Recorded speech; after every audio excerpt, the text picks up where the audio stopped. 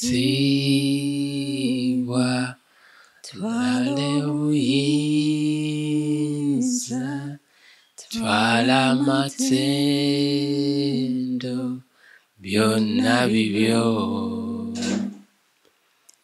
twale ekitiibwa twala obuyinza twala matendo byonna bibyo.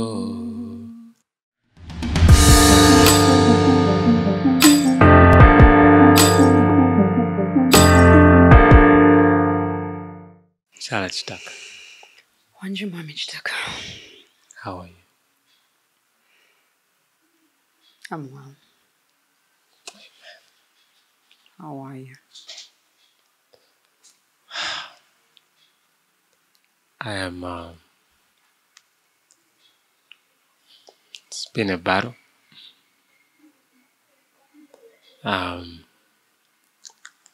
One may not understand what it takes to stand, to sit behind this microphone and speak,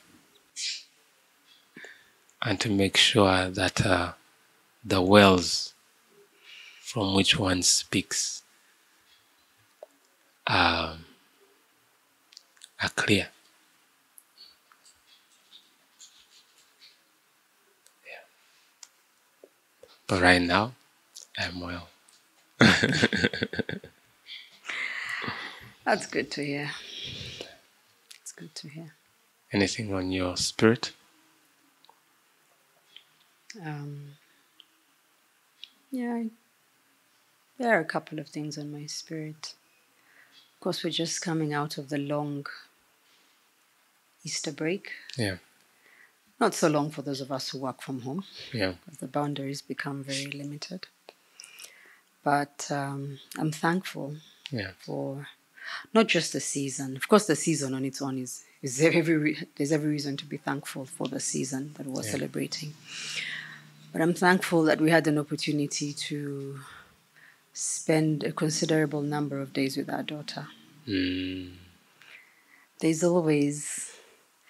She's a joy. We have our fights for some reason, whenever she's around, but she's always a joy.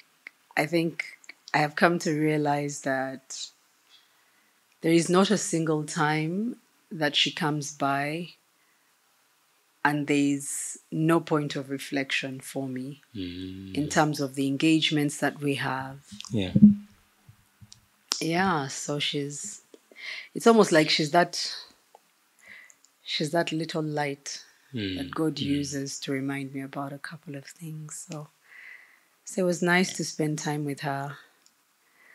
Of course, one of the things about her is that she's getting bolder by the day. Okay. Which is a good thing. How so? She's getting bolder by the day in terms of giving me feedback. Almost calling me to order. But I think interestingly, I'm beginning to recognize that sometimes it's not really her. It's probably God speaking through her. Yeah. Should we ask what she called you to order to? It wasn't really calling to order. So Saturday, we spent time with her on Saturday. Then, of course, I had to go to work. And sometimes she's not very approving either of how much lipstick I have worn. Even when I don't think it is a lot. Or if my dress is just slightly above the knee, she will call it out. And that's what she called out that particular day.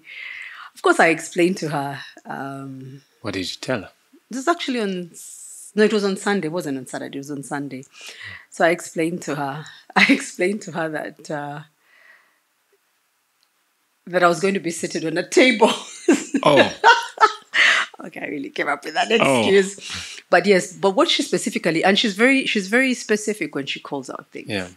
she actually said, "Mommy, I don't think that is excellence. That is not excellence." And what's interesting is that even when she was a lot younger, like if we're, like how you can be driving. Obviously, when you sit in the car, sometimes your dress like moves a little bit. She would literally pull my dress down, like a little longer. Yeah, so she told Mommy, that's not excellence. That's not excellence. And I said, you're absolutely right. Okay. You're absolutely right. It's not excellence. But what was profound in that moment, even after we went through that phase and me explaining to her a couple of things, I think what was interesting, and this is tied to someone I was listening to very recently, on the things that we leave, the inheritance that we leave for our children. Particular man of God I was listening to. And he mentioned 5 things. But the first thing that he mentioned that was very important was your convictions. As a parent, your convictions, your beliefs. That's what he mentioned that as one of the most important. Not the 5, but one of the most important pieces of inheritance you actually leave your child. And I found that quite profound, of course, in light of the fact that she's now embracing our family values, and she even uses those as a benchmark or as a yardstick to correct me sometimes. But speaking of convictions and beliefs, the reason I found that quite profound is that it's very easy as parents when we're trying to navigate life and thinking about what we shall leave our children. The easiest focus for most people is material wealth and things, which in itself is not a bad thing because it helps your child start from a certain place. They don't start from zero. And actually the scriptures talk about a good man is the one that leaves an inheritance for his children. I think the wisdom is in understanding the scope of inheritance.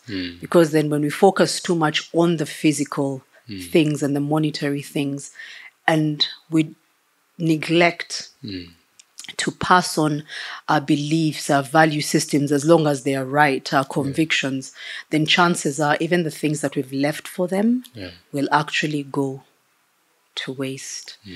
So that was one of the first things I remember about leaving an inheritance for your children. The second was a name. And that was quite, a name meaning your reputation. That was quite profound for me as well, especially as someone who has always felt like the greatest asset you have. Of course, thoughts might vary, but I've always felt and believed that the greatest asset one has is their reputation. It's your character. It's what people say of you when you're not in a room. And that's really important because when we talk about our children and an inheritance for them, when you build a good character, it's even better. Not better, it is ideal if it is actually in God. Because when you're long gone, and if you've also left with them your convictions and their mindset is wired right, then you're sure that your name, not just for the sake of it outliving you, but it will go ahead of your child. And I think it's Proverbs 13:22 that talks about a good name, but I forget the actual scripture. So those are some of the things that she caused me to reflect upon. Interesting. They sparked quite a couple of things on my end. And one thing is leadership.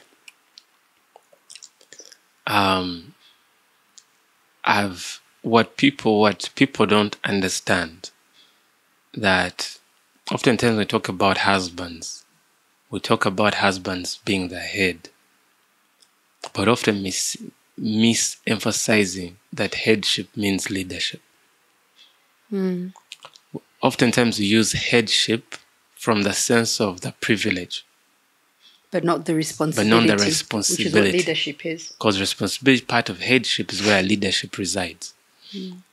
And I remember learning that in holding I remember the first months of our marriage, I kept calling out different things. I'm like, why is this out of place? This is out of place.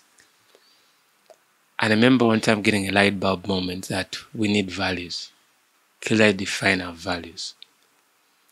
And I remember we had conflicts around those times because if I mention we need values, your approach would be, okay, let's come up with them. Now. And then my view is like, no, I have to listen to the values. There's something interesting that I've done in our home is to make sure that my values I had even prior were extended to the home. When you look at a company, let me say Apple or Coca-Cola, behind the brand, there are values that define that brand. You know what to expect of Apple. There's a kind of phone you know is not an Apple phone. And in like manner, the Kitakas name had values to them. And I had to make sure there's a risk of a husband coming into a home and then desires that let everyone by consensus figure out these things. And one thing that may bring me to remembrance of this idea is one time I had a boss. He was a Jewish man. And I was given a task. And that task I was supposed to guide the team on how we're going to implement something. So when I came up with ideas. And I asked the team, like, let's agree on them. And later on, he didn't take it well. But then I followed up. I was like, man, I know it sounds well. I wanted to get feedback. I actually gave feedback to another manager of mine. I said, wait, he never told me. So I went to him directly for feedback.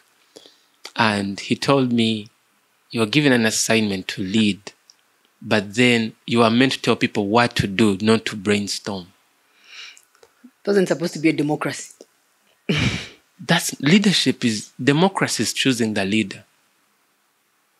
But walking the place of leadership is not democracy. You get? The president of this country exercises his judgment. When he wakes up and feels something has to be done, he doesn't ask the citizens of Uganda. Because they entrusted him with the responsibility. Yes. Now, the mechanism that protects him is a parliament of people who are willing to check his judgments, whether they are proper. Right? So, but it's that piece that a man, and I've noticed in my reading about different leaders who I admire, like Elon Musk. He came up and said he had a vision of going to Mars. Right? He comes with a vision and rallies everyone to that cause. You see, the challenge, if there's no ownership to something, there's no one who would take accountability. Right? But the key part therein is, I had to learn, is if you come up with these values that are supposed to define the home, you ought to submit to them as well. Absolutely. Right? So in hearing that engagement with Malaika and her calling you out on the excellence of your dress, now what would be the failure of parenthood if the parent decides to refuse to humble themselves to the values? Right? And the power here is that even the child is empowered, because if she can call you out, it means when you call her out, she won't be grumpy. Right? Yeah. Because she sees a certain fairness. Right? Of course, if she did something, I'm not constrained by values to call her out because I'm the father. Right?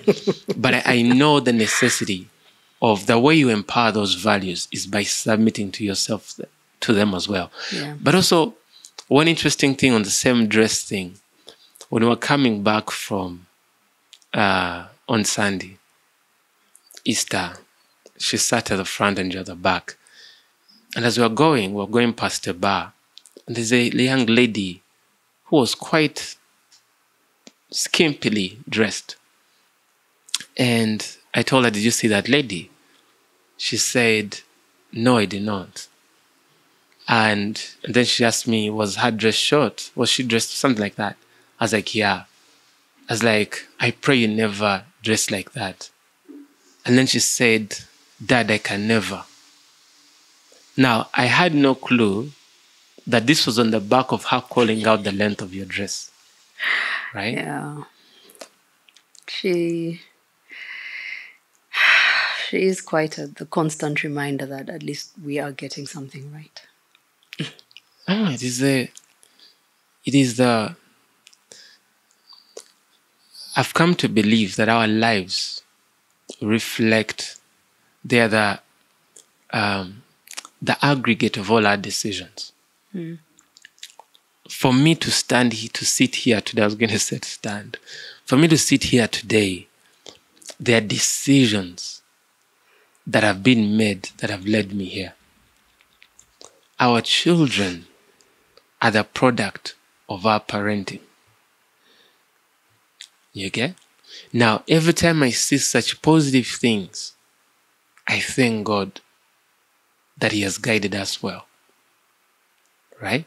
That's why if someone told me that my daughter abuses people at school, I'll weep before the Father.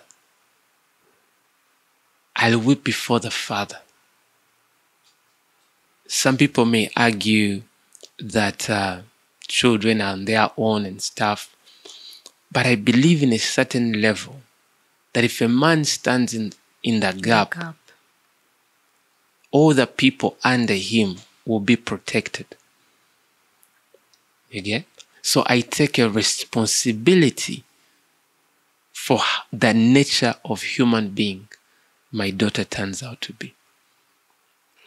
Suppose it comes with the responsibility of being a parent. Yeah. Really. And I suppose that's also why we ought to be, for lack of a better phrase, blameless.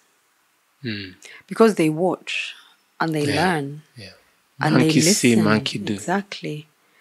And so sometimes we might fault. Okay, without a doubt, the enemy is moving around like a roaring lion. You know, devil is moving around like a roaring lion, looking for whom to devour. And I feel like sometimes it's very easy for us to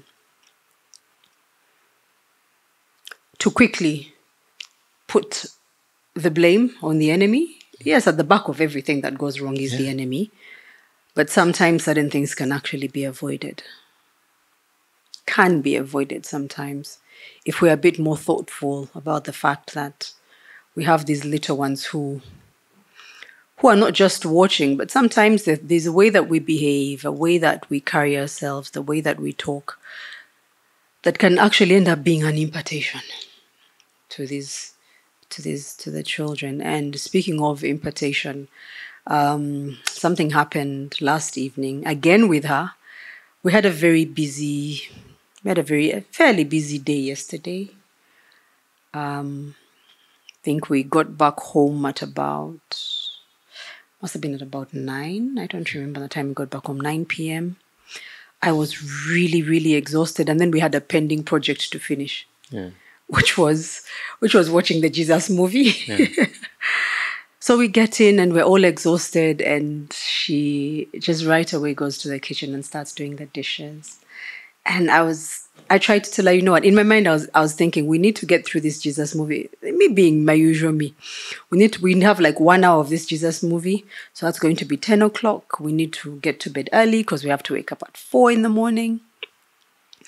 And she was really insistent on doing the dishes. Yeah. And I told her, you know what, just leave the dishes. I will do the dishes in the morning. Or the young lady who comes to help will actually do the dishes in the morning. And she said, no, Mommy, I need to do the dishes. Yeah. I need to, at least let me do some of the dishes so that I reduce the dishes so that whoever's doing them in the morning doesn't have a lot of work to do. Of course, it irked me a little bit because it was messing up with my program, me being me. But after that, I was like, this child is actually quite thoughtful. Because ideally, she should be thinking about catching her sleep because she has to wake up at 4:30 in the morning. But she's being considerate about whoever is going to do the dishes in the morning. And she's like, let me at least wash a few of them so I leave the others. I was like, this is... So eventually I realized that back and forth pulling could have sent the wrong message. So when she was done doing the dishes, I actually commended her, for doing the dishes and for being thoughtful. And I could see her light up. And I realized that if in that moment, if I hadn't done that, it probably would have sent a totally different message. Yeah. And would probably haven't done something fundamental. I must like you want to say something. I don't take credit for any of that. I hated washing dishes. So. Oh, and I love washing dishes. But while you're talking, something came to mind. Yeah. That, we have two sets of values. Mm-hmm. We have the values for our home, but have values for our marriage. The values for our home are explicit. They are pinned in the house. They're up on a wall and... But the values of our marriage are implicit. And the thing that led me to them is realizing even leadership, I have leadership of a home, but I have leadership of a marriage. For my marriage to break down, I can't blame anyone. Mm-hmm. Because I'm the leader, right?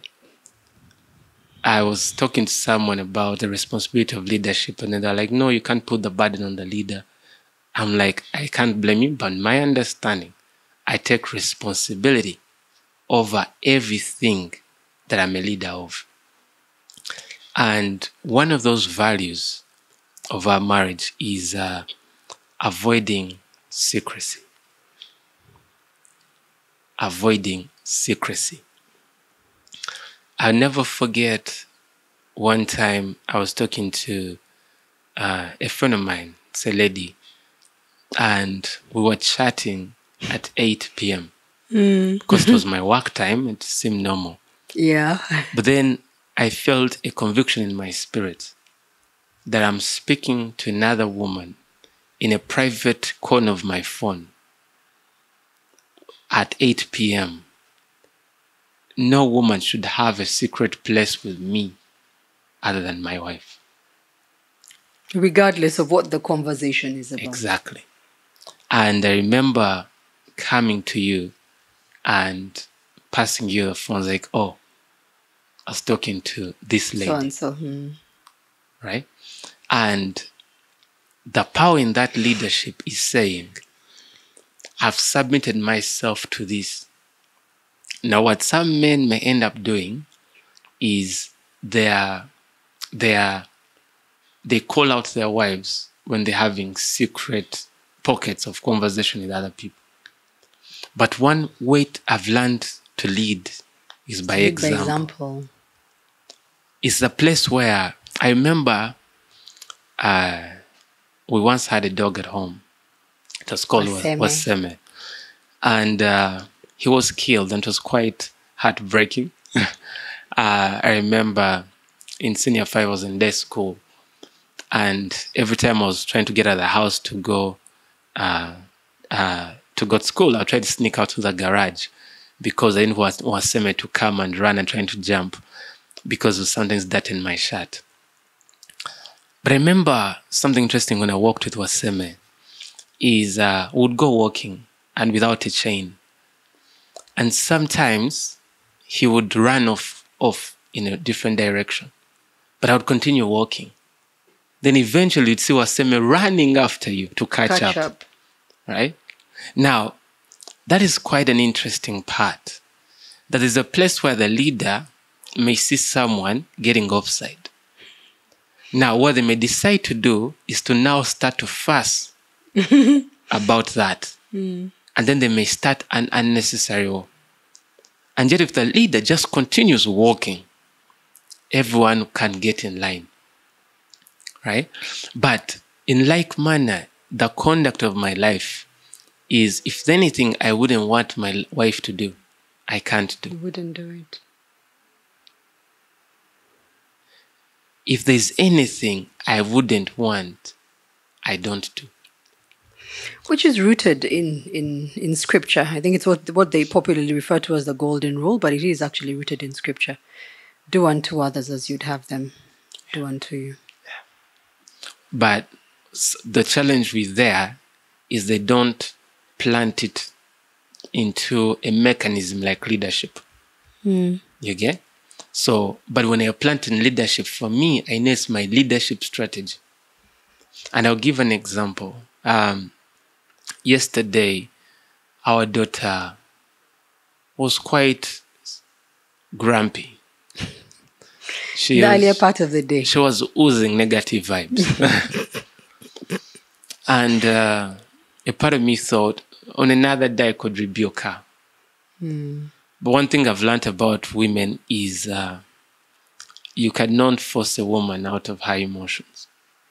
You need to let that wave ride. You need to let her ride that wave for a bit. Because the moment you engage it, you will spark something else entirely. So I decided, you know what? Just cut her some slack. She's been well for most of the other times. Give her that moment. Just wait that one out. Now that's an interesting tact, right? It's quite strange in life. There's some things that don't need you to fight. They just need you to wait. Isn't that strange? It makes a lot of sense. Yes. That some things are known for you to fight. They are for you to simply wait out. And what was strange, as we were having lunch, early dinner, I don't know. Early dinner. And as we sit at the table, she actually opens up and starts to engage me with all these stories at school. And in a way, I was glad that I did not rebuke her. Because it would have sent her father into her shell. Yes. But now she came out eventually. But then when she came out eventually, I now had another burst of ministration.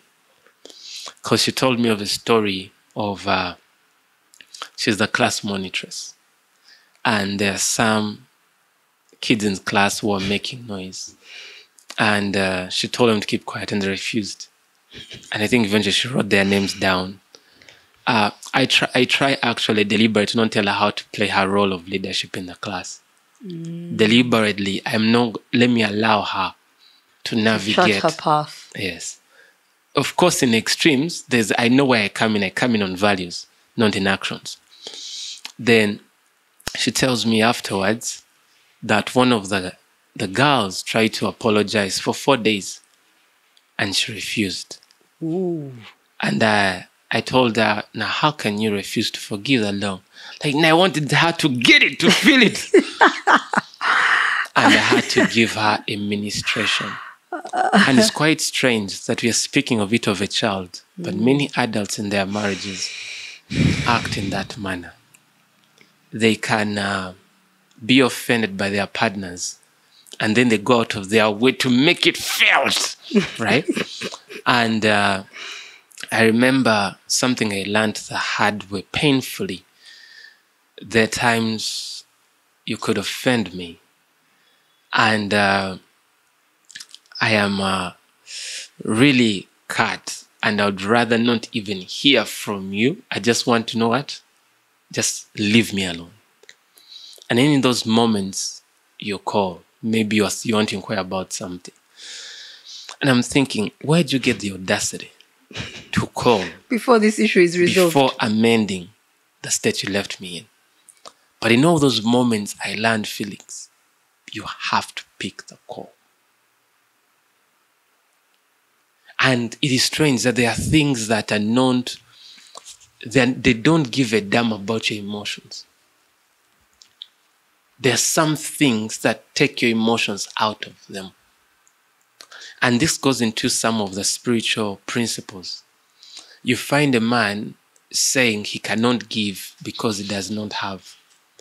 You tell a man, but man, you do not give. And the Bible speaks a certain way of giving. Then you find someone giving an explanation. Man, you don't know the responsibilities I have. But I've come to learn in life there are things that require no excuse. There are things in life that require no excuse. And I've learned to separate those things in my life. Because as the leader of my house, if my wife reaches out and I shut the door, it can cause more hell than anything. But also, interestingly, you educate me on this one, but I think women struggle with apologies, that she may try to make amends by making that phone call instead of trying to actually tell you what's up.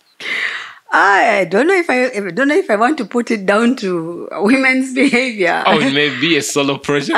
I might be short for making claims like that. I know that it is something that I kind of struggle with. Let me not try and sugarcoat it. I kind of struggle with coming out to outrightly say, I am sorry. Yeah. So I sort of figure out another way to dance around it. Yeah. But it's changing, isn't it? No, it is. Yeah, it is. It is changing. But I think I realized that I think for me the major struggle was really because if I say sorry, okay, there are two things. There were times in our life when I actually felt like I don't want to just say sorry when I'm not really sorry. And there are times, yes, honestly, and there were times when I didn't feel sorry at all. Especially when I felt like I wasn't in the wrong. When I feel like I'm not in the wrong, I'm thinking, why should I say sorry? I'm not being honest. Yeah. It's a very warped attitude. But I'd be like, I'm not in the wrong. So why exactly am I apologizing? I'm not being truthful because I am actually not sorry. So I'd be like, if I'm not sorry, I'm not going to say I'm sorry. But if I genuinely feel like I have wronged someone, then I will say sorry. But of course, that goes back to love and justice, and whether what's more important for me to be right or for me to maintain the peace. And that's something that thankfully I've been learning from you. But also, the reason why I'd probably say I'm not in the wrong and therefore I should not say sorry is because I would be totally dismissing the fact that whatever has happened or transpired has actually hurt the other person. So in that moment, it's not about what was right or wrong. It's about the fact that someone I care about or someone I have a relationship with in whatever shape or form feels that they have been wronged. So as a bare minimum, it behooves me to first put aside my pride and all the logic and who started what and actually acknowledge their feelings and apologize for that. I think the only challenge I used to have, I still have sometimes, is when I decide I'm going to do a random I'm sorry, then you ask me you're sorry for what? Then I have to explain what I'm sorry for. Half the time I haven't even given it a thought. I'm just saying, like the Baganda say, Gunsinze, aliwa bitono. I think it translates into what? Basically what it means is that if you apologize, you solve what would have been a bigger issue. Yeah. So I think my concern is now having to explain what I am sorry for. Because the right apology, the right way to apologize automatically would be to explain, to say what you're sorry for, just so you can check if it is what the other person felt you needed to apologize for. Sometimes you're apologizing for the wrong thing. That's That's interesting, and I think I have a different philosophy to it. Let's hear your philosophy. And I may not agree with it, but let us hear it. We have one spirit. Okay. I shall eventually come round. I trust the argument. I remember one time I came to learn about gratitude, that there are so many things to be thankful for. To be thankful for. To the level that if you give someone food you may assume it's them who ought to be thankful. But in the Bible tells more blessed to give than to receive. I may actually thank the person for the opportunity of being a blessing.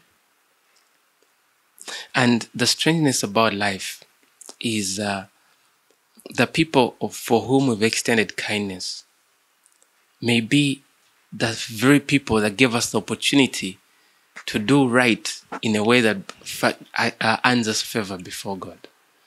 Right? The Bible says it's more blessed to give than to receive. Right?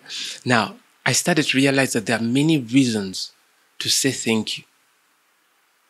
There are people who, if someone brings them food, maybe these ladies deliver food to officers and they're paying them money, they may feel, why should I thank you? You're doing a job, I've paid you for it. But I say, I learned to know, thank them. Thank you. You see? And the part there is, there's a level that goes above, which we brought back, the justice part, which the level the world can say, that's okay. Right? When the Bible says we are in the world, but not of the world, the world is talking about, it's not the world being people in evil, killing each other. There's a standard the world that considers acceptable. But yet in the spirit realm, there's a higher demand, right? And it's in the same things about the apologizing. There's a lady who commented on our podcast, and she mentioned that she was hurt by our relationship. And then she spoke about how she saw you, she saw herself in you and me and her husband, and she saw the dynamics that led to the breakup of her marriage 8 years ago. And she bothered me. But amidst all intents and purposes is I was conflicted because it's easy to attack the vessel. Whatever her intentions, she does not make a bad person. Now, the tricky thing about marriage is I may offend you.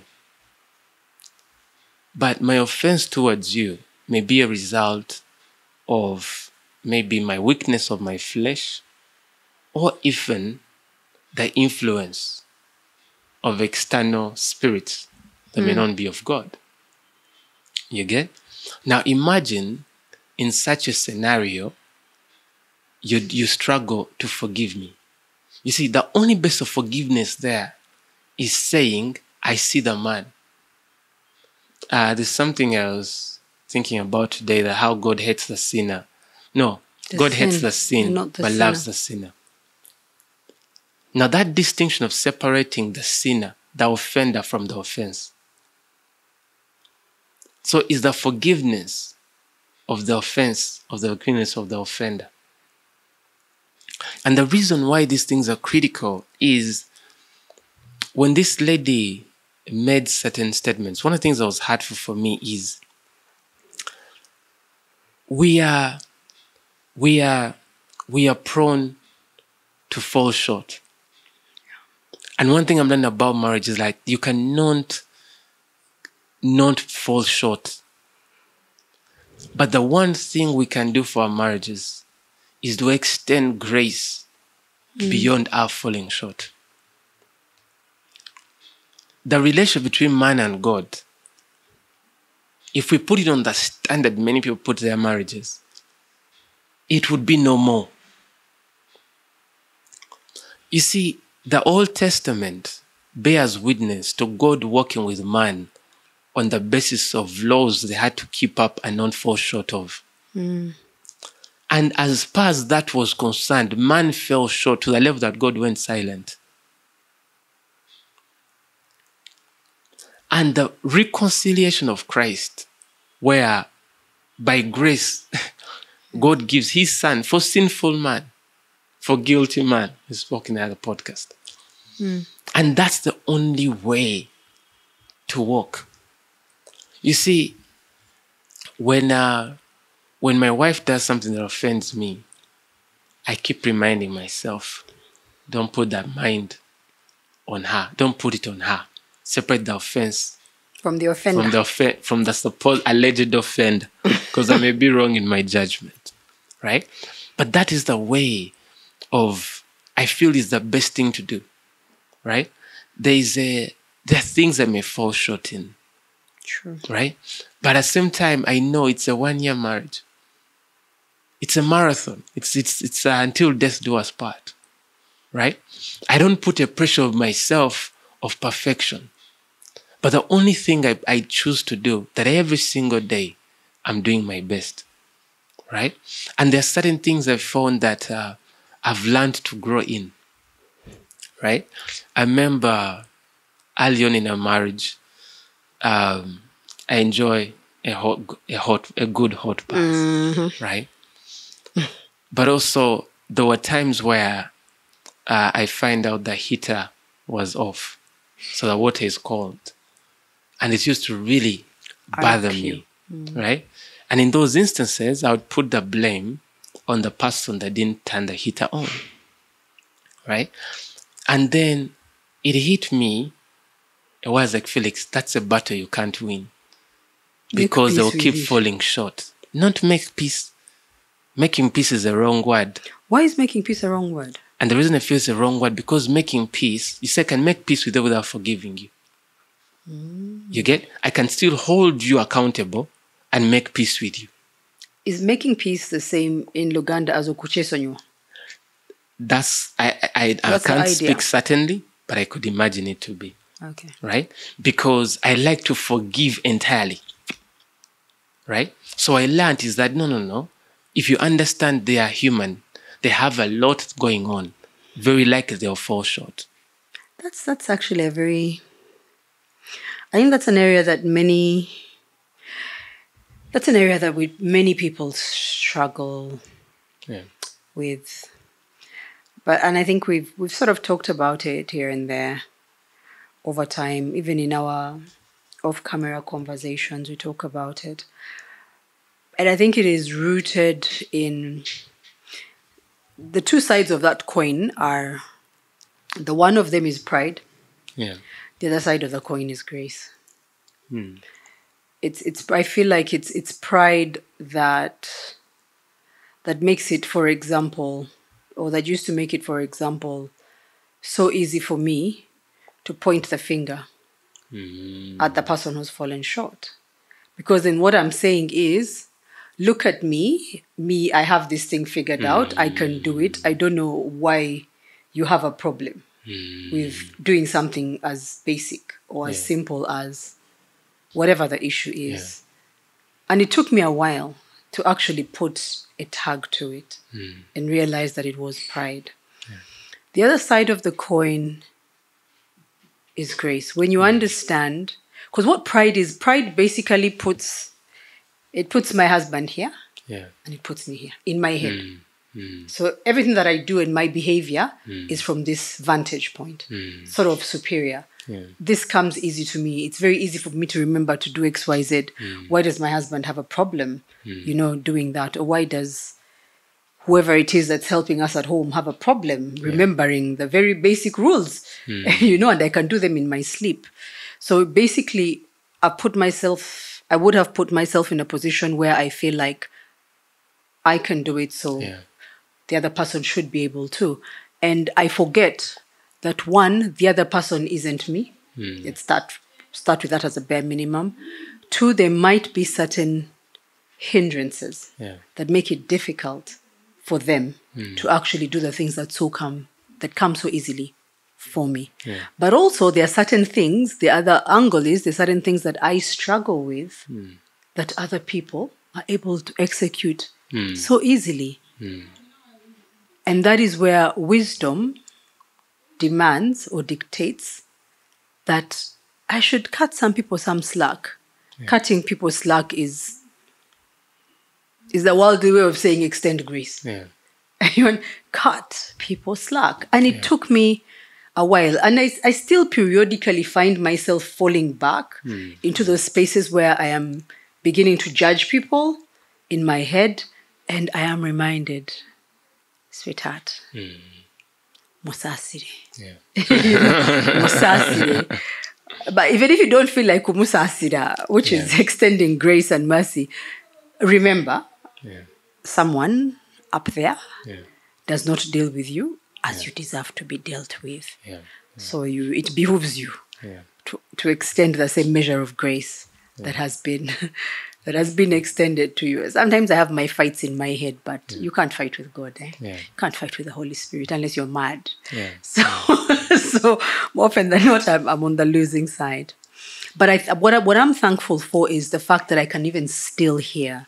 Because there are people who have totally lost that sense of hearing. Even that little nudge where God is, or the Holy Spirit is actually saying to you, you know what? Let it go. Let it go. Some people actually don't have that. Whether they're dealing with colleagues at work, whether they're dealing with people who work for them in the home, and even when they're dealing with their spouses. Some people don't have that at all. And it's really sad. It's a very, very sad state of affairs. So I've learned to gather myself very quickly and not let those thoughts linger. Where does Musasire come from? You decided to bring it out. It's something that, incidentally, it's something that's been on my heart the last couple of days. The genesis of Musasire? No, not the genesis, the word Musasire. But I think you're better suited to explain I think I might have been the inspiration for Musasire in our home. But you're better suited to explain. No, you better... No. You pick it up. I won't take credit for it. I'll take credit in terms of the fact that I inspired. I inspired it. I think it was the first 6 months of our marriage? It was the first 6 months of our marriage that resulted in Musasire. But you can speak to it. But it's in line with what we're talking about, right? Yeah. It's that idea of cutting people slack. And the genesis to it, the early months of our marriage, there are moments where things left, right? I'm like, you call out one, another comes, and it's like everything you call out, you just inflame. And I remember a moment realizing, Felix, Musasire, just extend, just have mercy. What's Musasire in English? Musasire or Kusasira is mercy, have mercy. But I think, Luganda is a very interesting language. One word could, I think, well, I'm not an expert in Luganda. Look at me speaking like I'm an expert. But one word can be used in multiple contexts. So in our context, it was twofold. It was show mercy, but also have grace. Extend grace. Yes. The two almost, in my mind, are kind of related and they go hand in hand. I feel like it's difficult to show mercy or extend mercy if there's no grace. It's like one underpins the other. It's grace that actually allows one to extend mercy. Yes, and I think that the sense of it was, Felix, don't try to understand the merits and demerits of the situation. Just forgive. Just forgive just forgive. Musasire. Actually, it has a relationship to Kusonyiwa, to forgive. To forgive, It's just Musasire. Don't, because sometimes you may be talking to yourself, but what's going on? This Musasire. And it's the only way you can actually breathe.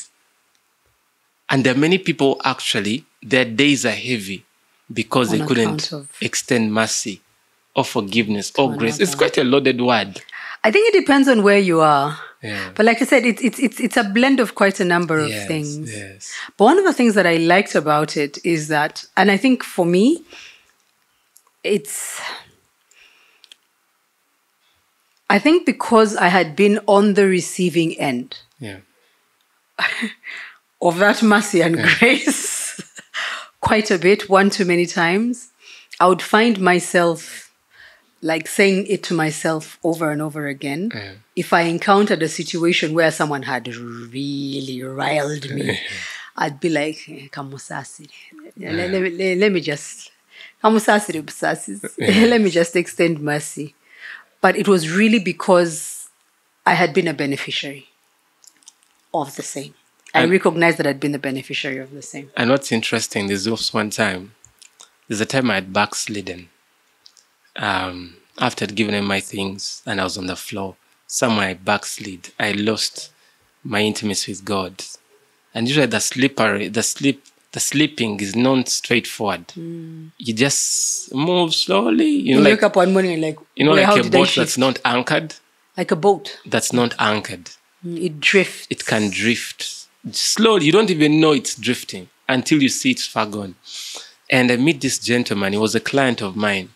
I met him with his wife at the supermarket. I'd gone, I think, to sell him some services.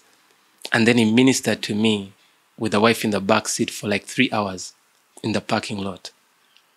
So, and I remember one time going to his home and we're having a conversation. He really ministered to me. And I tell him about an experience when I was going back and a taxi guy tried to get into the lane. And I told him I refused to let that guy in, right? And say, Felix, right? And his pain was like, the nature of a Christian is turn the other cheek, right? That simple things like a guy in a taxi tries to do some damn thing and trying to get in. You don't have to fight. You don't have to fight, right? And I don't know if you see the bar there, right? I was like, but I haven't done anything wrong. I was in the line. And he's a crazy chap. He was cutting through, right? But the realizing, Felix, you should have let him. You should have let him. And I'll never forget an incident. There was some crazy jam around the Chambogo Road. And there was this lady who was getting into the lane. Another lady who was determined to not let her in. And they all insisted. And they started to damage their cars. But no one was yielding. Right? And that's what happens in life. Can you imagine that entire... I imagine each of them, after they got into the lane, everyone stayed heavy laden. But the heaviness was they were not willing. to just let it go. On principle. Just let it go. I had a very unfortunate situation like that. It wasn't as bad as cars bashing each other or whatever. So I was in the parking lot of Quality shopping thingy in Nalia. And I was trying to exit the upper gate. Yeah. You know, the upper gate that goes through a shortcut through Chimbeja. And I was coming through the right side, as in the correct side. And this young lady had used the wrong route and she wanted to exit. Yeah. So we got to this spot. This was some time back. Yeah. And none of us could move. Mm. None of us could actually move. I signaled to her and I requested her to back up because I couldn't back up. Okay, there were two things. I couldn't back up, but also I was on the right side. She was on the wrong side. So now the principal thing comes in. And she wasn't budging and I wasn't budging. I was in a hurry. You know how I am with time, eh? Yeah. But let me put it to something else. Yeah. I jumped. Yeah. I said, she's joking. I don't know why we do those things. Yeah. By the way, but we are the best at doing them, but it is so wrong. Yeah. I jumped. In my mind, I was like, you are the one who is on the wrong side. Yeah. You have a better room to back up out of to back up so that I can pass. Yeah. She jumped, I jumped. We sat in our cars. Eh? We thought, it was raining meanwhile. We thought. Then at some point I was like, but Rukh-Shana, can you be serious? Yeah. Please not, I actually knew the lady. Eh? So she wasn't even a stranger. So I knew the young lady. And I'm thinking, we sat. I think at some point I'm like, I'd stop being stupid. Yeah. Just figure out how to back up. Yeah. Be the lesser person, back up, and let her pass. Yeah. And she passed, but I was so annoyed. I was so livid. Yeah. It was actually much later after I got him. I was like, so what was this about? Like, seriously? I looked at the amount of time I had lost and still eventually yielded. Yeah. So if I had yielded before, I actually contemplated, if it had not been the rain, I was actually going to get out of my car and go and speak to her and tell her, but with all due respect, XXX, you're in the wrong. Can you please back up? But clearly, I think she had also determined she wasn't going to back up. Maybe there had been some history some 30 years ago. I don't know. Because I was like, this is like so wrong. And we recognized each other. So it's not like we didn't know each other. Yeah. You get. And I got home and I was like, so what was the point? It's one of those things when you're done, it leaves you feeling so exhausted. And sometimes we have these experiences with our spouses as well. Eh? Just that our spouses are too close to us for us to behave like that. You know what I feel in my spirit? What? You should take this opportunity to apologize to her. Yeah. Who knows how many people she told? Yeah. And then they say, what? She's a good people. You guys don't know. Right? Yeah. So take the opportunity to apologize. So I won't mention names, but the young lady with whom we had that unfortunate incident at Quality a couple of years ago, where I was extremely unrelenting. That was very unchristian of me. It was also very immature of me, and I regret the incident, and I am sorry. Yeah. It's quite strange that I've noticed about human minds have different perspectives. There's a certain mind that may say, how can Felix make his wife apologize on camera?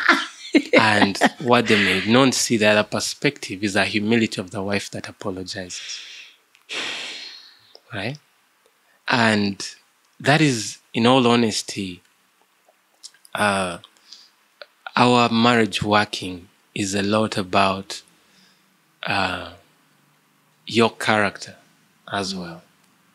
The one thing I can bear witness to is your willingness to break. Yes. Your willingness to break. Because if that wasn't there, this podcast wouldn't be happening. And it also doesn't help that you're... a lady mentioned something interesting and said in the comment that sometimes I interrupt you a lot. Right? Of course, there's a different dimension to it, but something that comes out is there's also the nature about women and men, right? The nature of men is men, if they have something to say, they'll say it, right? But women by nature, their style is not competitive. They're not quick to say out things, right? That's why you find a number of women may struggle in the corporate world circles, right? Because they're not that, is assertive the word?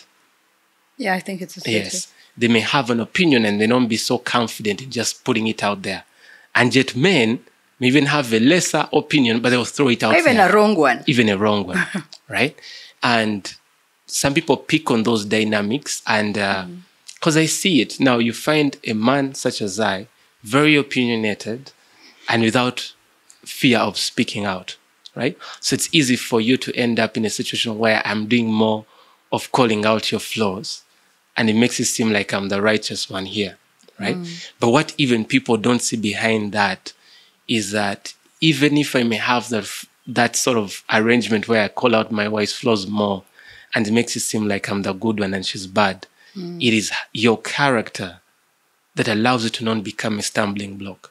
You get? Because if you perceived it as they perceive it, it would be and that breeds within you, then you see your husband as this guy that's always is the one who calls at the The one with whom there is no winning. Thank you, right? And for that, I commend you. I thank God, because it's been a journey for me to actually even get there. And that's why I think that sometimes when I find myself slipping back, it's very sad, it's very uncomfortable. I mean, there was a time I had an incident at work that disturbed me for close to a month. Yeah. So I was rushing to work. I had left home late. I was rushing to work. I think there was a presidential address that day.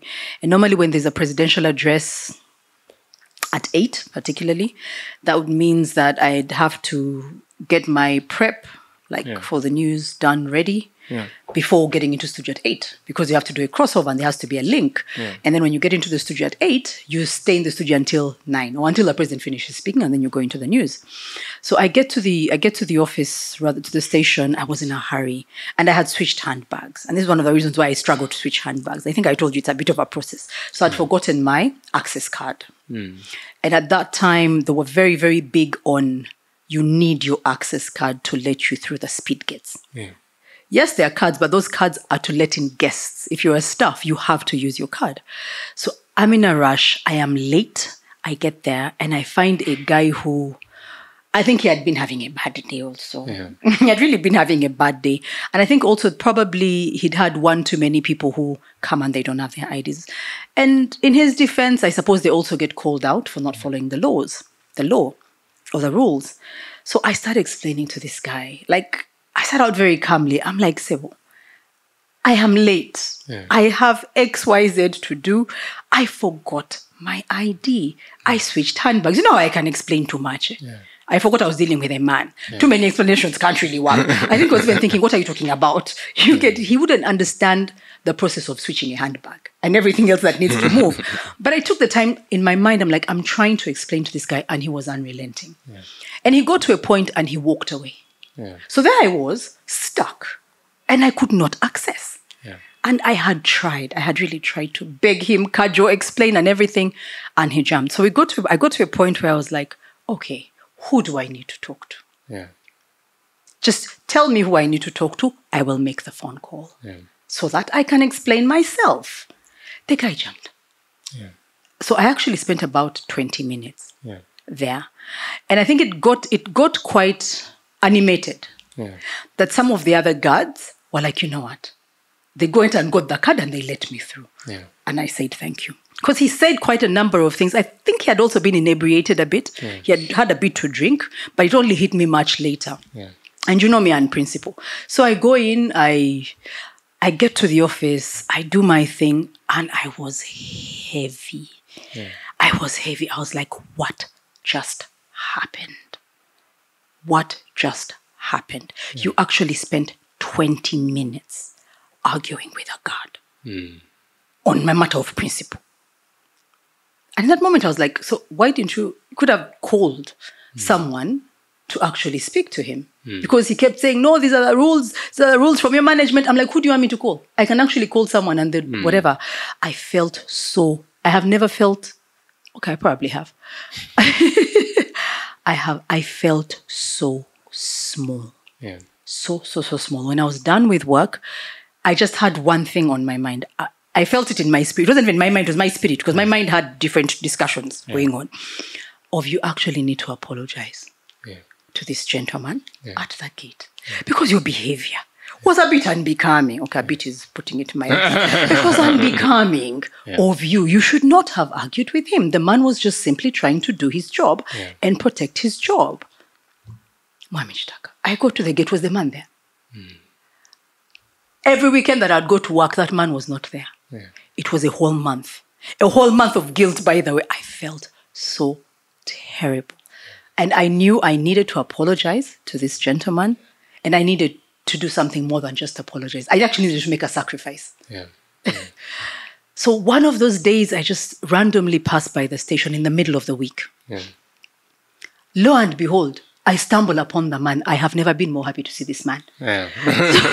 I even got his name. I'd asked the other security guards, when does he come? They told me weekends, but all those weekends, the guy wasn't coming. Yeah. And I was carrying this weight. Yeah. I suspect that I was allowed to carry that weight to actually feel it. Not out of spite, but to actually feel it. Compassion. When I saw him, my God, I was so happy. I was so happy. I called him. I don't even think he could recognize me because it was in the middle of that day. They're used to seeing me like in the night and stuff. And I told him, I have been looking for you for a whole month. He says, I've been here. I said, I haven't been seeing you. And I told him, I want to apologize. There was a certain day I came and and I was really, really, really, my behavior was very unbecoming. I shouldn't have done that. And I am so. He said, no. I said, no, I need you to let me get through my apology. Yeah. I am sorry. Yeah. That was not right. I should have known better. Please forgive me. He says, no, madam, it's okay. I said, I need to hear you say I'm forgiven. Yeah. He said, I forgive you. And then I went ahead and made my sacrifice. I said, and you can't say no. Because this goes with the apology. And I have never felt lighter. I have never felt lighter. That makes me think, for a woman that gets burdened to apologize to the gate man and carries the burden and the weight for a month, how lucky is her husband? You know. No, yes, you are lucky. I won't take that away from you. You are lucky, but it's been God. Yeah. It's been God. It's been grace. It's been also me receiving grace, you know, because you can't give what you haven't received or what you haven't recognized that you have received. Because sometimes you receive grace, you receive mercy, you receive love, you receive kindness. But if you don't recognize that you have received it freely, you know, unmerited, you didn't do anything, you are not more deserving than the next person, it becomes very difficult for you to reciprocate, not just to that person, but to other people. Yeah. You know, I mean, like, I think it's a portion of, I don't know if it's a portion of scripture or if it's actually a song that has a line that says, we love, it's directed towards God.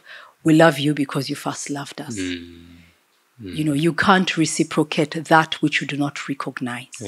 You have to first recognize it and then be able to reciprocate it.